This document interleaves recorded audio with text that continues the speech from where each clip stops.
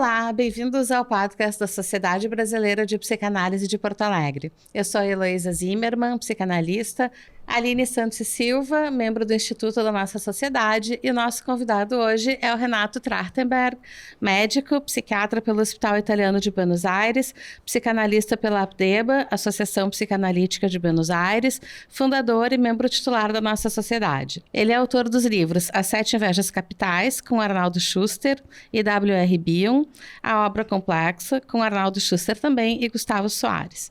Além disso, é coautor de inúmeros livros e artigos de revistas publicadas no Brasil e no exterior e coordena grupos de estudos em psicanálise no Brasil e na Índia. Bem, hoje vamos falar sobre um tema misterioso, a intuição, que às vezes é tomada como mágica ou bobagem ou picaretagem, mas que pra gente não é. Para fazer o esclarecimento inicial, eu busquei definições de intuição em dicionários comuns para depois a gente poder entender as diferenças entre o conceito e a visão da psicanálise. Então, o conceito comum gira em torno de ato de perceber, discernir ou pressentir coisas independentemente de raciocínio, ou uma forma de conhecimento direta, clara e imediata, que surge na pessoa sem uma explicação e que pode ser sobre qualquer coisa, tanto no âmbito da realidade concreta, intelectual ou emocional. E em inglês se fala em gut feeling, que é uma sensação física até, positiva ou negativa, sobre uma dúvida do momento, qualquer que seja, e que inspira muita confiança, né? E também é tratada como uma espécie de instinto. Assim, de posse desses dados, Renato, por favor, conta pra gente tudo sobre a intuição no âmbito da psicanálise. Como ela surge, por que ela existe, para que ela é útil, tudo. Ok. Em primeiro lugar, muito obrigado pelo convite para conversar com vocês e com o nosso público sobre um tema muito curioso, muito interessante e que às vezes é inclusive rechaçado por várias correntes, inclusive dentro da psicanálise. A intuição, ela surge na psicanálise de uma forma assim um pouco esquiva, se eu posso dizer assim, porque em determinado momento, nos seus inícios, no início do século XX, o Freud se reunia com alguns colaboradores iniciais, por exemplo, Sándor Ferenczi e outros, e com a sua filha Ana Freud, e se davam as mãos à noite, depois das atividades com pacientes, ficavam numa mesa, se davam as mãos e tentavam, era a ideia do Freud, investigar se pensamentos poderiam ser transmitidos de uma pessoa a outra. Eles fechavam os olhos, entrelaçavam as mãos e ficavam nessa posição como se fosse uma posição mais favorável para detectar transmissão de pensamentos. Essa foi uma experiência, né, que ficou muito mal vista por aqueles que preconizam que a psicanálise faça parte das ciências, especialmente daquilo que se chamava, ou se passou a chamar, das ciências duras, né? Ou seja, especialmente a matemática e a física pré-quânticas. Então, esta ideia, né, de uma psicanálise científica impediu que o Freud pudesse apresentar o seu texto sobre telepatia, o seu primeiro texto sobre telepatia, no Congresso de Psicanálise, que ocorria no final da segunda década do século XX, e tampouco publicá-lo, né? Quem impediu foi Ernest Jones, que era o grande defensor, né, dessa psicanálise chamada científica, uma psicanálise médica, que ele considerava como uma contrapropaganda dessa psicanálise que, de alguma forma, estava ainda iniciando, né, em países em que essa questão era muito, vamos dizer assim, perigosa, né? Essa questão do que foi se chamar depois de intuição. Então, vemos que na origem da psicanálise existe uma curiosidade, né, por algo que até hoje nós não temos uma explicação ou um conceito psicanalítico estrito do que é intuição. Nós observamos os fenômenos, né? E depois tentamos, de alguma forma, encontrar razões ou explicações que sempre ficam, eu diria, curtas, né? Não dão conta da intensidade e da qualidade do fenômeno. Então, tu estava falando sobre essa coisa de fechar os olhos, dar as mãos. Eu entendo que tem uma qualidade necessária de abaixar os estímulos para poder se escutar o que vem de dentro. Mas essa fantasia de telepatia, que eu acho que é diferente de intuição, dá uma sensação assim de que vão vir os dados em tempo real, como se fosse um Wi-Fi, assim, né? Eu pensei por aí também, Elô, na questão que a virada do século, né, também estava se criando a corrente elétrica, né? Então, essa coisa de dar a mão e ficar de olho fechado é quase um circuito, né? Aquele circuito da corrente elétrica, assim, né? E o que isso conversa com o assunto que a gente tá... Eu não conhecia essa história de que eles faziam isso. Sim. E realmente, eu gosto da história da psicanálise, né? Já estamos há um tempo nesta seara e eu não conhecia essa história dessa pesquisa, né? Isso é uma pesquisa, né? Assim, não precisa, né? Não é uma pesquisa com algo que a gente não entende bem ainda, né? Claro, até hoje. Até hoje, é. Esse primeiro trabalho sobre telepatia só foi publicado em 1941, 2 anos depois da morte dele. Então, outra questão que também do final do século XIX foi o surgimento da linha kardecista do espiritismo, né? Que também trabalhava com ideias que poderiam se aproximar dessa questão da chamada telepatia, transmissão de pensamentos, né? Por uma explicação, um outro viés, um outro vértice, como nós dizemos, né? Não propriamente científico ou psicanalítico. A psicanálise se expandiu em vários sentidos, inclusive essa é uma ideia que eu tenho, e de alguns autores que eu costumo dialogar, que a psicanálise não faz parte da ciência, assim como não faz parte da estética ou não faz parte de nada. A psicanálise é psicanálise, ou seja, ela inaugura um campo próprio nesse sentido, né? E dialoga permanentemente com essas outras áreas do conhecimento. A relação com a física quântica, por exemplo, foi muito importante para o desenvolvimento que começa a aparecer a partir mais ou menos da segunda metade do século XX na psicanálise, né? Uma definição, né, ou melhor dizendo, essa mudança, né, que começou a ocorrer com essa tentativa fracassada, quase eu diria, né, de colocar a psicanálise como uma ciência, porque muitas áreas da psicanálise não entravam nessa roupa de número menor do que a expansão da psicanálise demanda, né, e demandou. Então, alguns começaram a dizer e defender a ideia que ela fazia parte da arte, né? Outros defenderam outras ideias, mas eu penso que atualmente a gente pode pensar que a psicanálise já tem força suficiente, né, para não necessitar de ser incluída em algum outro campo. Ela inaugura um campo próprio, inédito na história, né? E tem muitos pontos de contato com a estética, com a ciência. Com a filosofia também, né? Com a filosofia, bem lembrado. Eu fiquei lembrando de um curso que eu fiz com uma filósofa que falava sobre teoria vincular e teoria, enfim, a diferença entre o uno, o dos. E lá eu não sabia que ela era filósofa na época, eu achei que ela era uma psicanalista dando aula. E estava difícil para mim acompanhar, e daí ela, pelas tantas, eu perguntei, mas como é que tu aplica isso na clínica? E daí ela disse, isso é problema de vocês, isso não é meu. Eu não aplico nada. Então, eu achei muito divertido esse momento, por isso, assim, a gente trabalha com o inconsciente, a gente trabalha com pessoas, mas as áreas é bem isso, dialogam, né? Tem pontos de ancoragem, pontos em comum. mas não é a mesma coisa. Não é a mesma E nem coisa. precisa estar sob o mesmo guarda-chuva, né? Porque eu acho que é isso que você está dizendo. Assim, não está no guarda-chuva da ciência dura e também não está no guarda-chuva da arte. Está num entre. Está no entre. Né? Ou seja, ela está no meio da chuva. É uma boa metáfora. Está na chuva para se molhar. Para se molhar, exatamente. E tem coisas em comum com alguns aspectos de religião, né? De compaixão, de empatia. Tem coisas que também...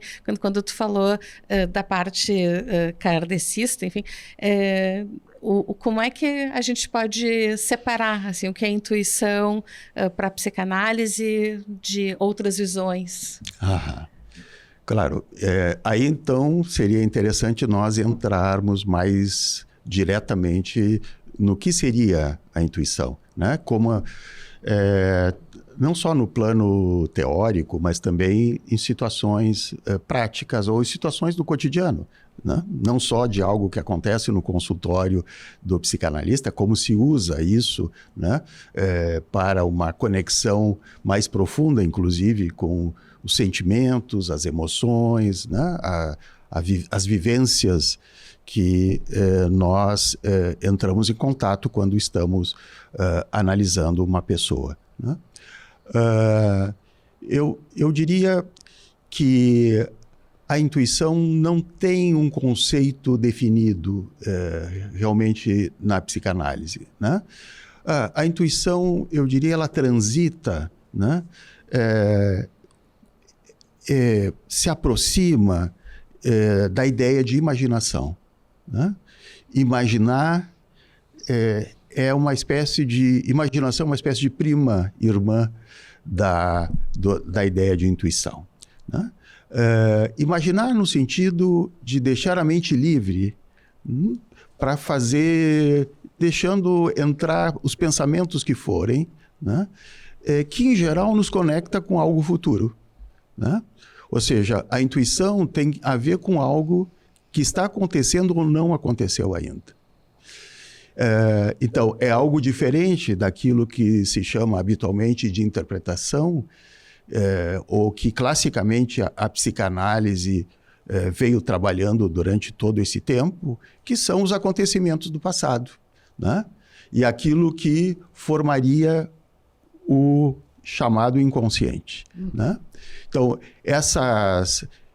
isso que existe no nosso inconsciente nos condiciona, inclusive, numa direção contrária às intuições. Eu achei muito interessante tu falar da questão da liberdade, né? E a criatividade, sim, tem tudo a ver.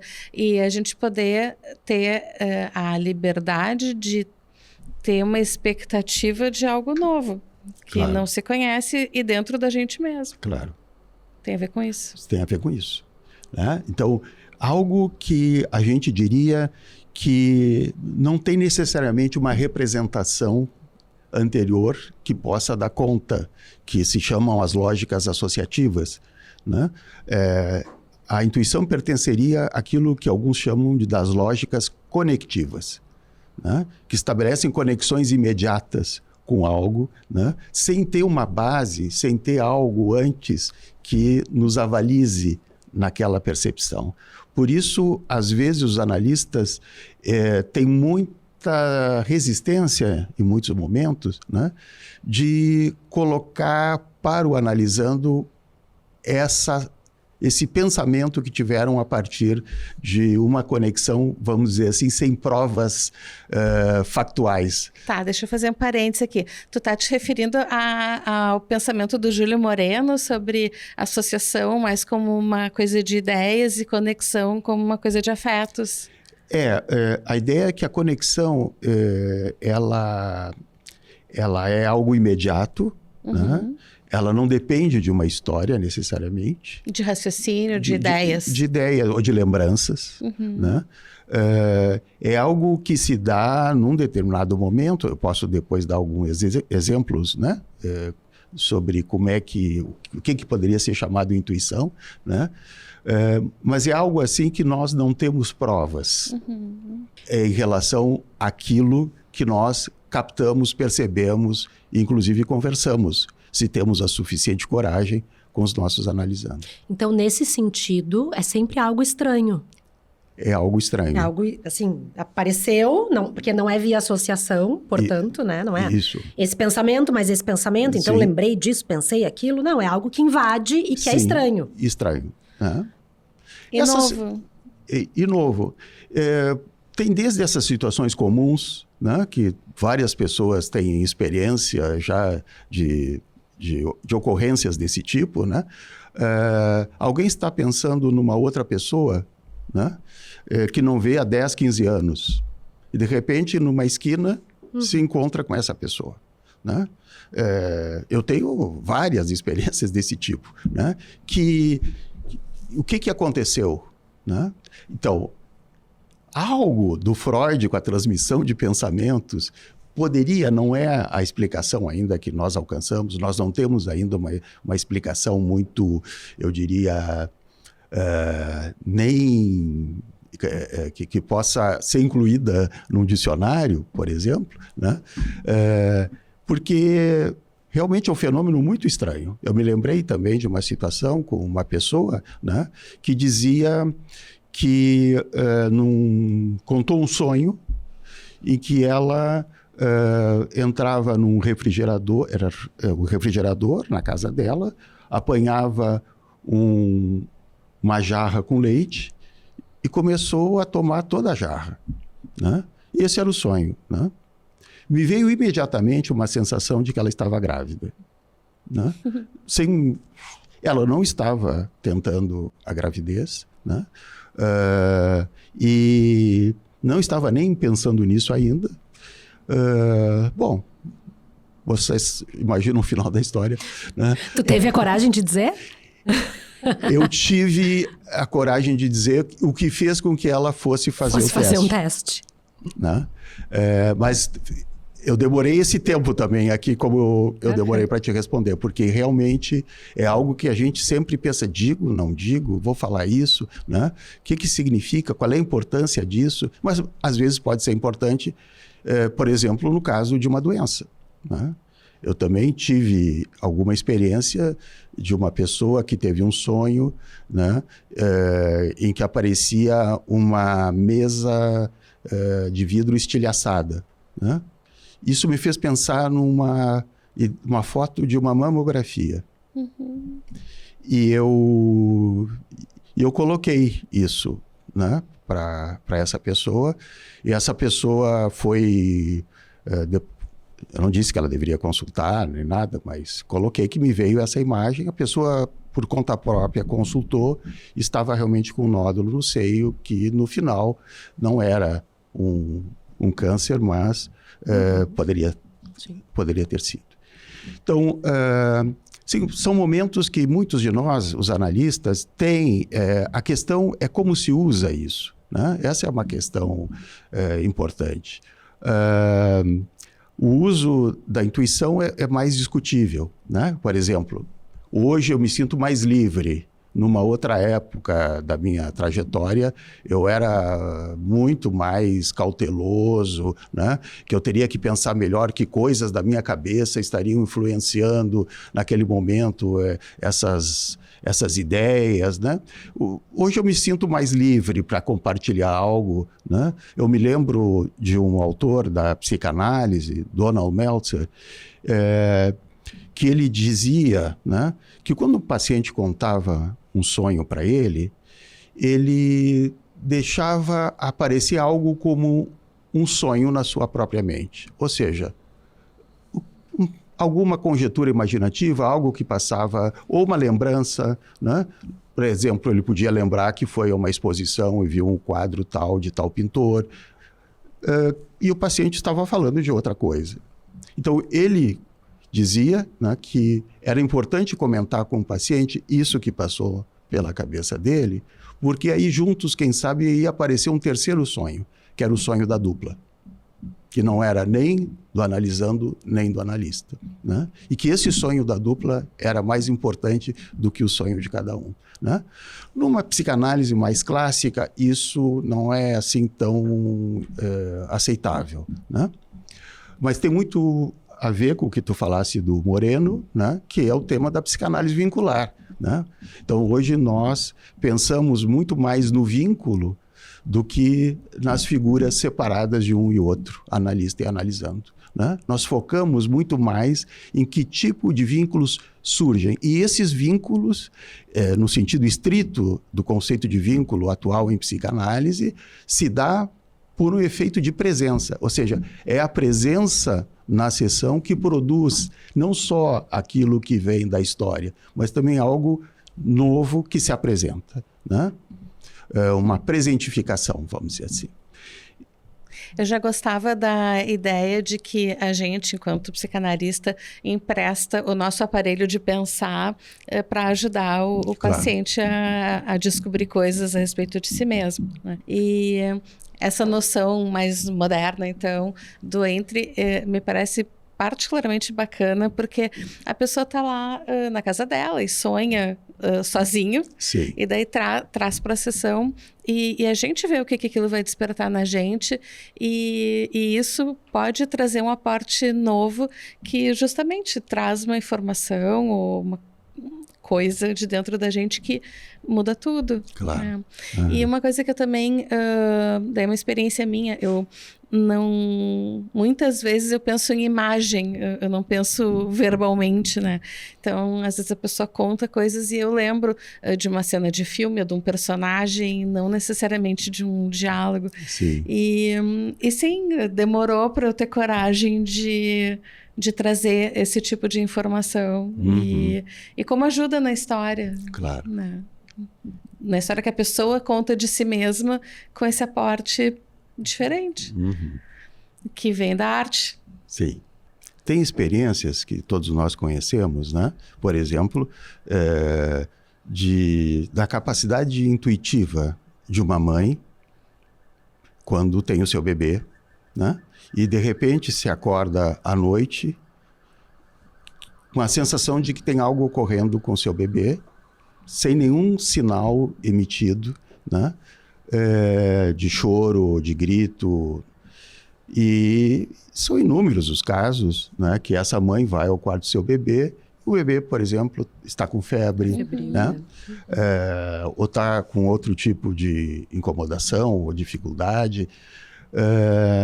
E a gente, até nós estávamos conversando, né, Heloísa, um pouco sobre isso, que essa conexão da mãe com o bebê, né, é uma conexão que vai surgindo durante o parto, né, mas atinge o seu máximo, né,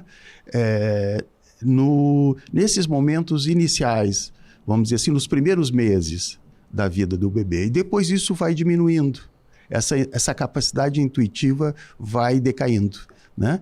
Exatamente porque quando o bebê começa a falar e comunicar, a linguagem da intuição fica, vamos dizer assim, colocada num segundo plano, porque agora a comunicação pode ser, de alguma forma, verbal, né? Tem uma frase do Martin Buber, que é um pensador que eu gosto muito, né? No seu livro Eu, Tu, que ele diz que a criança, o homem conhece o universo no útero da mãe e o esquece ao nascer, né? Ou seja, é uma ideia muito interessante porque nos fala, né, de algo dessa dupla, né? É algo dessa dupla, ou seja, uma conexão muito íntima, né?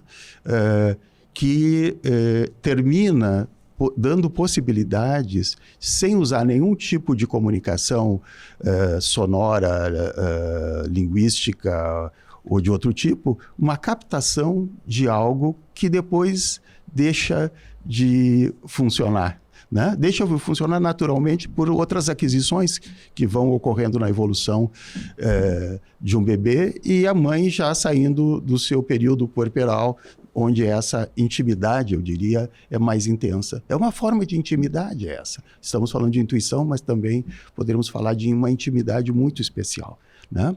Então, me ocorreu isso. A intuição, ela acontece igual entre qualquer pessoa ou conforme o vínculo entre uma e outra pessoa, ela se dá de um jeito mais forte? É interessantíssima a tua pergunta, né? Porque a própria intimidade, né, favorece também a intuição. Ou seja, a ideia de causa e efeito, né, nós trabalhamos cada vez menos, né, porque nós poderíamos dizer que a intuição produz mais intimidade, e a intimidade pode produzir mais intuição. Onde começa o quê? A gente não tem mais nem a preocupação de saber. Isso se chama, através da física quântica, parte do princípio da incerteza, do Heisenberg, se chama indecidibilidade da origem. Ou seja, não podemos decidir o que vem de um ou o que vem de outro, o que provoca o quê. O Bion, que é um grande pensador da psicanálise, né? Ele faz uma pergunta: é o bebê que produz o seu nascimento ou é a mãe que não aguenta mais carregar esse peso, ele diz assim, né? E provoca esse nascimento, né? Nós podemos dizer os dois. O quê? O vínculo. Né? Algo entre os dois vai ocasionar o nascimento. Mas dizer qual é a origem última disso, quem começou primeiro, é indecidível. Uma interpretação de um analista, onde é que ela começa? Na dupla? Essa eu sei dizer. É no entre. No entre, né? Mas no entre não está localizado em lugar nenhum, né? O entre é um lugar indefinido, assim. Sim, né? Mas o entre também podemos imaginar como uma ponte. Sim, algo não sensorial que une, né? Nesse sentido, nós podemos dizer que a intuição é uma forma de vínculo, né? Tá, então aquela coisa do senso comum, porque aí vamos, né? Bem para o senso comum, assim. Sim. Que algumas pessoas às vezes dizem, eu sou muito intuitiva, ou fulano é muito intuitiva. Psicanaliticamente não se sustenta que essa pessoa consegue usar essa característica, esse aspecto em algumas situações, em outras não. Claro, claro. Não existem pessoas intuitivas. Sim. A cara dela. Pois não sei.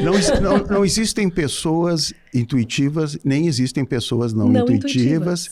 Nem existem pessoas reduzidas a uma característica. Uhum. Né? Ou seja, a pessoa é uma complexidade de pessoas. Cada pessoa é uma espécie de Fernando Pessoa, que tinha mais de 100 heterônimos. Muitos eus. Né? Então, qualquer identidade mais tendente a uma reducionista não descreve uma realidade psíquica, né? Tá, mas eu vou insistir num ponto. Opa. Porque uma coisa é o que eu acho muito bacana o que se passa entre a mãe e o bebê, né? E para mim isso é fácil de ver, de enxergar, de sentir, de ler, né? Outra coisa é assim, a pessoa tá indo para um lugar que vai sempre. E daí tem um estalo que, hoje eu vou passar por outro lugar, hoje eu vou passar na padaria primeiro, né? E daí acontece uma coisa diferente, bacana, ela fica sabendo que aquele lugar estava super engarrafado, ela não teria conseguido chegar. Esse tipo de sensibilidade, não sei como chamar, isso é intuição? Uhum. Eu diria que nós temos uma grande dificuldade, não só na psicanálise, né, de como incluir o aleatório. Né? O aleatório, aquilo que não foi produzido por nada ou por ninguém. Né? Então, aquelas situações mais dramáticas, por exemplo, a pessoa que ia viajar num avião e na hora decide, não vou, me esqueci de tal coisa em casa e não viaja e o avião cai, etc. Vamos dizer assim, nós temos que encontrar um limite, né, nessa tentativa de explicação, porque nem tudo é explicável. Né? Eu ia dizer isso, a gente adora uma explicação. Adora uma explicação, porque tranquiliza. A gente se estrutura na causa e efeito, claro. Né? Assim como, nem estou falando subjetivamente, eu estou falando como aprendizagem, como escola, né? As crianças aprendem causa e efeito, e atrapalha a gente pensar assim, dificulta. Claro. A visão científica é essa, né? Sim. Tem que ter uma causa e um efeito. Sim. Mas a própria ciência, a partir da física quântica, não fala mais de causas. Né? Rompe com a noção causalista. Né? E não é só porque é multicausal. Rompe totalmente com a noção de causa, que as coisas não têm causa. Por exemplo, a ideia, o que causa o nascimento? Né? Por exemplo, um uma filósofa argentina, Alejandra Tortorelli, que tem um trabalho escrito... Era essa que tu estava estudando, que te disse, na clínica tu te vira. Maravilhosa. Eu gosto muito dela, nós temos conversado bastante sobre isso. Ela tem um trabalho de 2009 que se chama Entre, né? Em que ela diz algo muito interessante, né? Ela diz assim, que não é a mãe que recebe o bebê, é o nascimento que recebe aos dois. O entre é o nascimento. Né? Não é o psicanalista que recebe o seu analisando, é a psicanálise que recebe aos dois. Ambos. Né? Isso também leva, né, a uma outra noção. Por exemplo, nós na psicanálise estamos acostumados a falar do desamparo do bebê em relação à mãe, por exemplo. Né? Então, que o bebê precisa de uma mãe, vamos chamar, amparadora. Isso tem vários nomes diferentes em relação, de acordo com cada teoria na psicanálise. Suficientemente boa, exatamente, continente, capacidade de reverie, isso tem diferentes nomes. Mas, dentro dessas ideias, isso eu penso, né, que a relação entre a mãe e o bebê é uma relação de desamparo.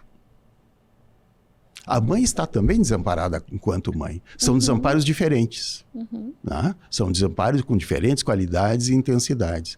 Mas o desamparo é também o que une, é a relação, é o entre. Né? Então, essa é uma forma de pensar, né, que eu diria, numa linguagem mais psicanalítica, é mais edípica, porque sempre se inclui um terceiro, uma terceira possibilidade. Né? Não só eu e o outro. E nem só o outro dentro, né? Como um objeto internalizado não faz sentido. Não assim, faz sentido. Tá falando de algo que é... Isso. Que está sempre internalizando, mas que está sempre tendo vivência. Isso. E cada momento é singular, cada momento não é apenas uma repetição. O que a gente às vezes pensa como repetição se deve a um deficiente espectro que nós temos de captação de coisas, já seja de cores, já seja de audição, de cheiros, né? O espectro humano de captação desses sinais sensoriais, ele é muito reduzido, comparado, por exemplo, com outros animais. Né? Então, os outros animais necessitam de algo mais instintivo, mais fortalecido, né? E o que significa também, nós podemos dizer, que os animais acabam adquirindo algo que nós poderíamos aproximar da ideia de intuição. Ou seja, a intuição animal está muito baseada no instinto. Tá? Como nós não temos esse desenvolvimento do instinto, né, equiparável ao dos animais, especialmente os mamíferos, né, nós usamos algum outro canal que não se explica apenas por uma questão instintiva, né? Que tem uma outra lógica que está ligada a essa também tolerância ao aleatório, aquilo que nós não sabemos de onde vem, aquilo que não tem causa, né? Essa é uma discussão filosófica, né? Inclusive, né? O Moreno traz a diferença entre o Leibniz e o Spinoza, né? Que o Leibniz, que dizia que tudo tem uma causa, né? O Spinoza diz que existe, isso seria a causa de ser, né? Do Leibniz. E o Spinoza fala da causa de si, ou seja, os efeitos sem causas, né? Então, nós estamos num terreno ainda, né?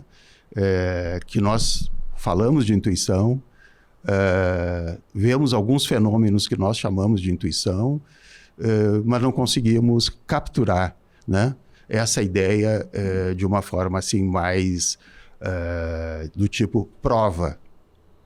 Né? Alguém diz, prova então. Né? Eu diria, bom, esses acontecimentos, por falta de melhor, talvez, palavra, a gente chama de intuição, né? Se ocorrer futuramente a possibilidade de encontrar uma outra palavra que descreva melhor isso, né? A física quântica, a partir de 1935, descobre um fenômeno que se chama entrelaçamento, entanglement. O entanglement, na física quântica, é a noção que qualquer corpo, pequeno ou grande, ou seja, estrelas, que se movimentem, produzem imediatamente um movimento em outro corpo, com distâncias que podem ser enormes ou distâncias curtas, né? Ou seja, não tem a ver com distâncias. Tudo que se mexe produz algo mais que se mexe. O que produz isso? Até hoje a física quântica está fazendo hipóteses, formulando hipóteses para tentar chegar a uma resposta, né?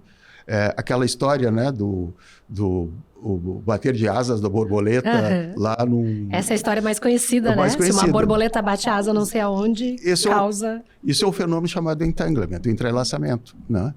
Eu brinco um pouquinho porque eu também digo, né, que o Freud e esse grupo estava com as mãos entrelaçadas, né, tentando pesquisar e investigar a transmissão de pensamentos, né? O que se movimenta num que se movimentaria no outro, né? Isso são questões que às vezes a gente é tão comum que a gente às vezes não dá muita bola para isso. Mas quantas vezes nós dizemos, eu digo algo, eu estava pensando exatamente nisso que tu falou, né? Há pouco tu desse um exemplo disso, né? Talvez não seja intuição, talvez tenha outro nome, mas algo pode ocorrer. E é tão comum, isso é tão comum, que a gente nem dá bola, né? A gente não explica, mas pode ser um fenômeno que tem a ver com intuição. E tu acha que pode haver alguma coisa do tipo, a gente ter algum tipo de receptor, entre aspas, que a gente mesmo ainda não conhece e que daí a gente recebe uma informação que a gente não sabe de onde vem nem como chega? Tu tá falando de algo mais biológico mesmo? Mesmo, vou dizer assim, a minha associação veio de cores, né? Que a gente vê um arco-íris, um espectro, né? E tem gente que não. Tem gente que é daltônico, não enxerga um monte de, enfim, nuances. E também tem gente, eu tô lembrando de um amigo meu que diz assim, o meu olho, ele capta assim, ó, vermelho, azul, rosa e roxo. Então, assim, será que existe alguma outra capacidade que a gente tem, que algumas pessoas possam ter mais que outras, ou aceitar que capta mais coisa do que percebe, por exemplo? Sim, eu penso as duas coisas que tu colocas, né? A questão de uma possível descoberta de alguma coisa que nos explique melhor isso, né? Quem sabe até no corpo, algo biológico, algo no DNA, né? Ainda não temos até nomes para definir ou descrever onde é que isso poderia ocorrer. E essa outra questão, né, que é a questão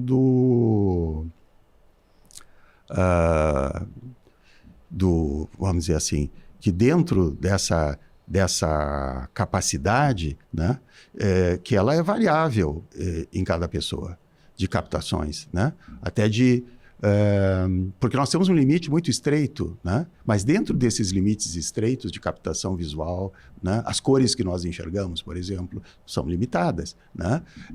Não pensamos que...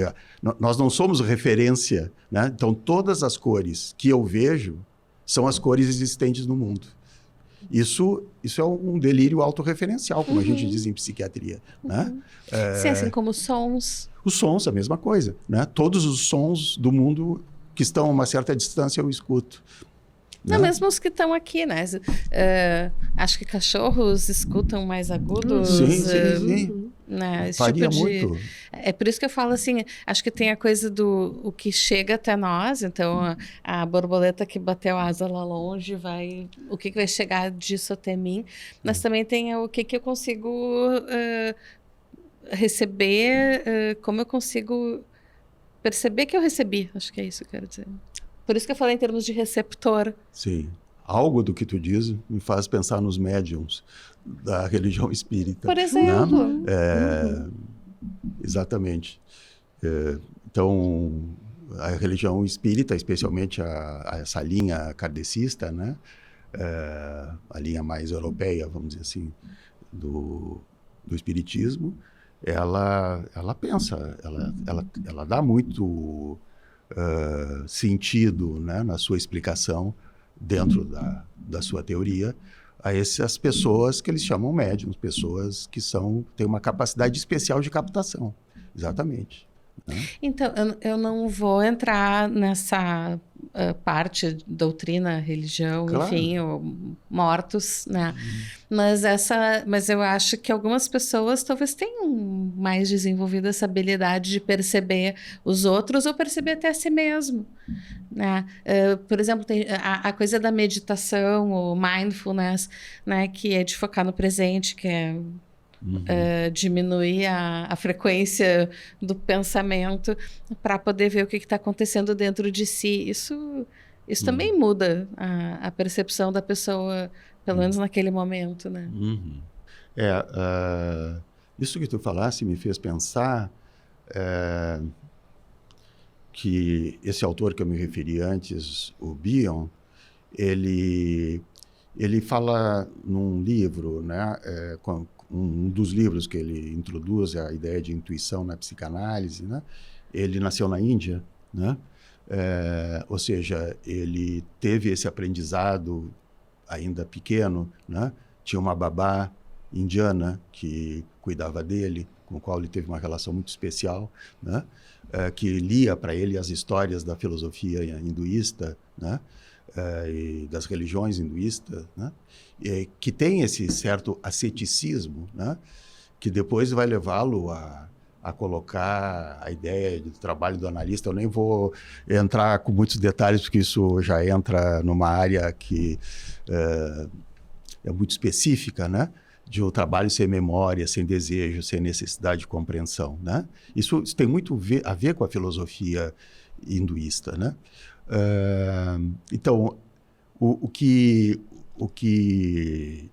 bom, ao falar isso, me veio à mente outra coisa, né? Que nesse grupo de estudos que eu coordeno na Índia, especificamente em Nova Delhi, os colegas desse grupo de estudos muitas vezes trazem situações do consultório e eu fico impressionado com essa capacidade de captação intuitiva que eles têm. Eles trabalham naturalmente muito com isso, né? Eu não encontrei ainda, não fui pesquisar com eles a origem disso, mas eu imagino que tenha algo a ver com essa cultura, né? De onde eles se originam, né? Mas voltando... Antes de voltar... Antes de voltar, porque isso é muito interessante, é muito legal. né? Eu adoro Bion e... No meu jeito de entender, quando a gente recebe uma pessoa, né, a gente sem memória, sem desejo da gente mesmo, a gente fica muito mais aberto para ouvir literalmente e metaforicamente o outro, Claro. né, para ter essa sensibilidade Sim. também. Então, sim, me parece que a cultura ensina muito. Sim. Né? E a origem do Bion na Índia faz toda a diferença. Sim. Eu não diria toda, né? Porque Muito. nada é toda, nada é tudo. Mas e tudo é nada. E tudo é relativo. Então, mas só nesse sentido, né? Por exemplo, essa ideia, já que tu retomasse, é que analistas como o Bion pensam que o mais importante numa sessão de análise é o que não se conhece. Uhum.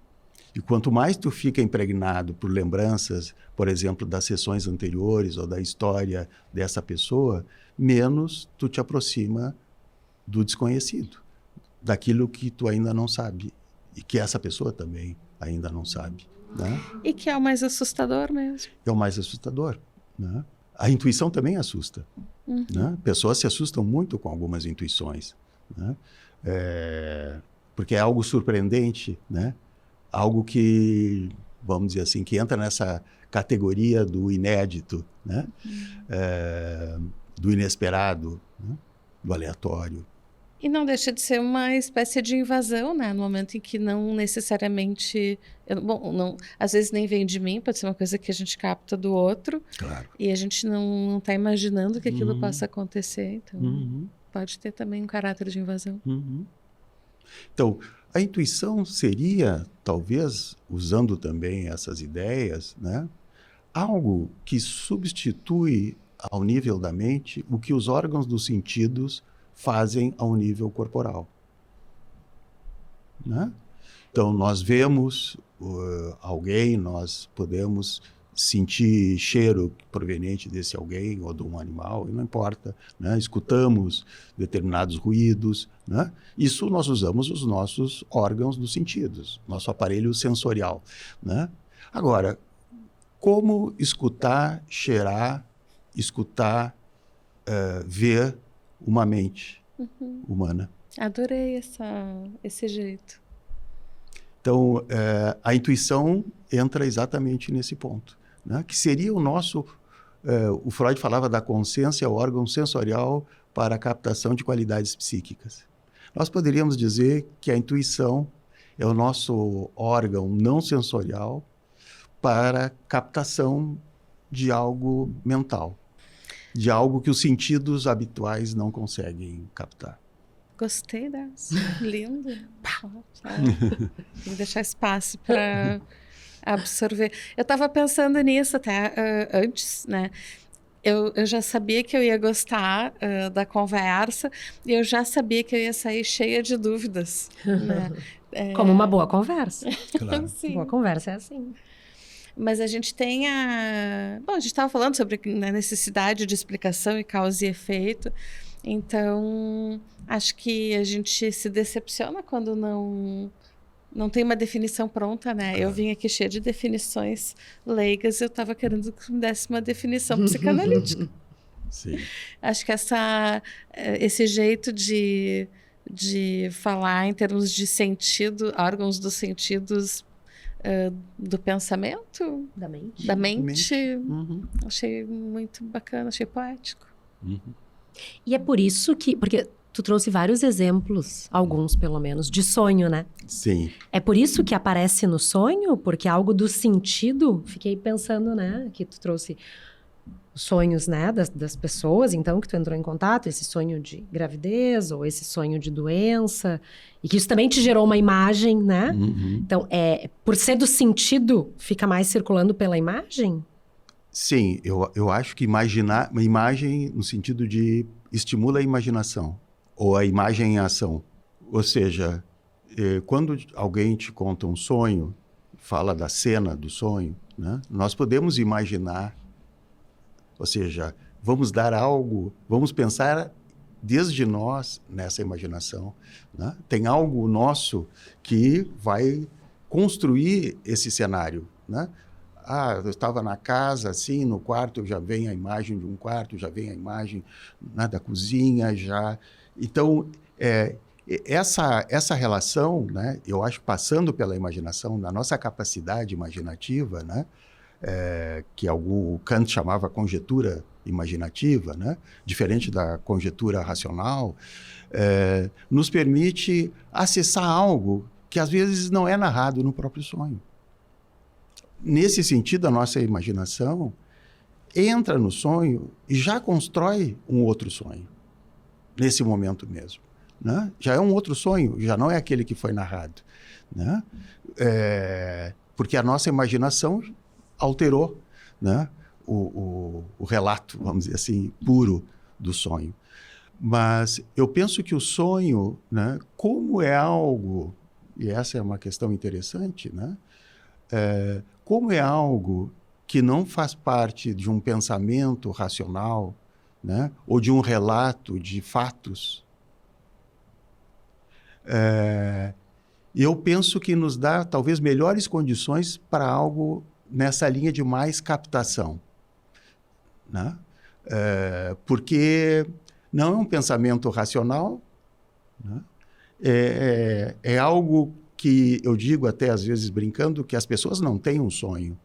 O sonho tem as pessoas. Uhum. Né? Nós não programamos, hoje eu vou sonhar ou coisa parecida, eu vou sonhar com tal coisa. Né? Então o sonho nos sonha nesse sentido. Né? Então nós somos hospedeiros, né? Ou hospedamos, né, o sonho que surge Bom, nós temos uma teoria da interpretação onírica do Freud, que dá conta em grande parte dessas questões, mas tem outros desenvolvimentos posteriores que vão pensando o sonho de outras formas, né? O próprio Meltzer tem um livro chamado Vida Onírica, né? Que o sonho, ele segue muito a Bion nesse sentido, que o sonho sai desse espaço restrito da noite, enquanto estamos dormindo, e passa a ser algo que se dá a todo momento, que seria o que se chama hoje de dimensões oníricas da mente, né? São situações semelhantes a esse sonho sonhado à noite, né? Coisas que nos, vamos dizer assim, que nós não buscamos pensar e sim que nos pensam, né? Então, esse estado da mãe, por exemplo, com o bebê, nos seus inícios, né? No início da mãe e no início do bebê, né? Os dois nascem juntos, esse estado mental, né, ele é um estado onírico, né? Então, é um estado onírico, uma dimensão oniroide, se nós queremos dizer, para manter o nome sonho bem clássico dentro, né, do sonho noturno. Então, a imaginação é uma dimensão onírica, né? É algo que nos surge, né? Quem sabe a intuição também tem um parentesco mais próximo com os sonhos do que a gente até agora, né? Eu estava pensando nisso, que conforme o estado de espírito que a gente está, a vida onírica, quando a gente está sozinho, pensando, também vai ser mais ou menos divertida, assustadora. Sim, né? sim. E eu lembrei antes de um filme já antigo, que é o Dom Juan de Marco, né? Um filme muito legal, em que ele conta, o protagonista primeiro conta a história de como os pais se conheceram, versão da mãe e depois a versão do pai. Então, uma é de dia, a outra é de noite. Ambas são românticas, mas são diferentes. Sim. E ele foi atravessado por ambas as versões e... Sim. Né? Achei, não sei por que eu lembrei disso, mas é interessante isso que tu falas agora, né? Porque o que nós contamos numa análise são versões, né? São versões. Se a gente vai perguntar para outras pessoas que estiveram presentes numa determinada cena na história, na infância, né? Cada um vive aquela história e nenhuma versão é mais correta que a outra, né? São diferentes pontos de vista, né? Então, a gente lida sempre na psicanálise, eu acho, uma das consequências, se as coisas funcionam bem numa análise, é a ampliação, a possibilidade de ampliação dessas versões. Essa pergunta, mas não, será que também pode ter ocorrido assim? Né? Isso me parece um sinal de um desenvolvimento muito importante na mente e um alívio muito grande, eu diria, de certos sofrimentos, né? Quando as pessoas ficam aprisionadas numa única versão, né? E essa multiplicidade de possibilidades, de versões, pensar, mas também não poderia ter acontecido algo assim? Essa perguntinha, ela abre, né, a mente da pessoa e pessoas muito mais rígidas têm mais dificuldade, né, de fazer essa pergunta e se perguntar, mas eu não vou ter a resposta final. Mas não adianta perguntar para a mamãe, foi assim mesmo que aconteceu? Não, essa também vai ser uma versão, né? Ninguém tem a versão final, né? Nem a análise vai dar a versão final. A análise apenas ajuda as pessoas a ampliarem as suas versões da sua própria história. Se a análise faz alguma coisa ao contrário disso, né? Às vezes a pessoa chega com a versão contada pela mamãe, pelo papai e fica rígida naquela. Também, né? Então, a análise é poder questionar e lidar com as várias que podem ter acontecido. Muito bem, a gente está chegando ao final desse episódio. Renato, tu gostaria de complementar? Faltou alguma coisa importante? Faltou tudo. Tá ótima essa resposta, muito analítica. Faltou tudo não, porque tudo não ou existe. quase tudo. Mas, não, essa brincadeira é porque também o nosso tema, né, é um tema que nos conecta com uma falta, né? nós vamos sentindo, né, ainda a falta de algo mais palpável, de algo que talvez na sua essência seja impalpável, né? Que é a questão da intuição. Não é palpável, não podemos palpar intuições. Mas, enfim, damos esse nome, podemos trocar de nome futuramente, não tem problema. Mas os fenômenos estão aí, né? O jeito de explicá-los, o jeito de pensá-los vai ser diferente, talvez, para psicanálise, para outros campos do conhecimento, e diferente para cada um de nós também, né? Então, eu só queria, na verdade, agradecer muito esse convite, esse contato, essa conversa tão agradável, as perguntas tão instigantes, né, que às vezes me fizeram pensar em coisas que eu não tinha nem pensado, e isso também faz parte dos vínculos. Muito obrigado. Imagina, a gente que te agradece, já que para ser psicanalista a gente tem que ser curioso, né? A sensação que eu estou tendo é de que eu vou buscar mais conhecimento, mais repertório para poder acomodar melhor dentro de mim essa falta, então, né? Sim. O que tu acha, Aline? Acho que é isso, né? Por isso que a gente segue estudando. E por isso que a gente se analisa, para acomodar as faltas. Muito bem, então, muito obrigada, Renato, muito obrigada a todos que nos acompanharam até aqui. Em breve teremos mais um episódio do podcast da Brasileira, trazendo a psicanálise para fora dos consultórios. Então, é isso, até a próxima. Obrigada. Tchau. Tchau. Tchau.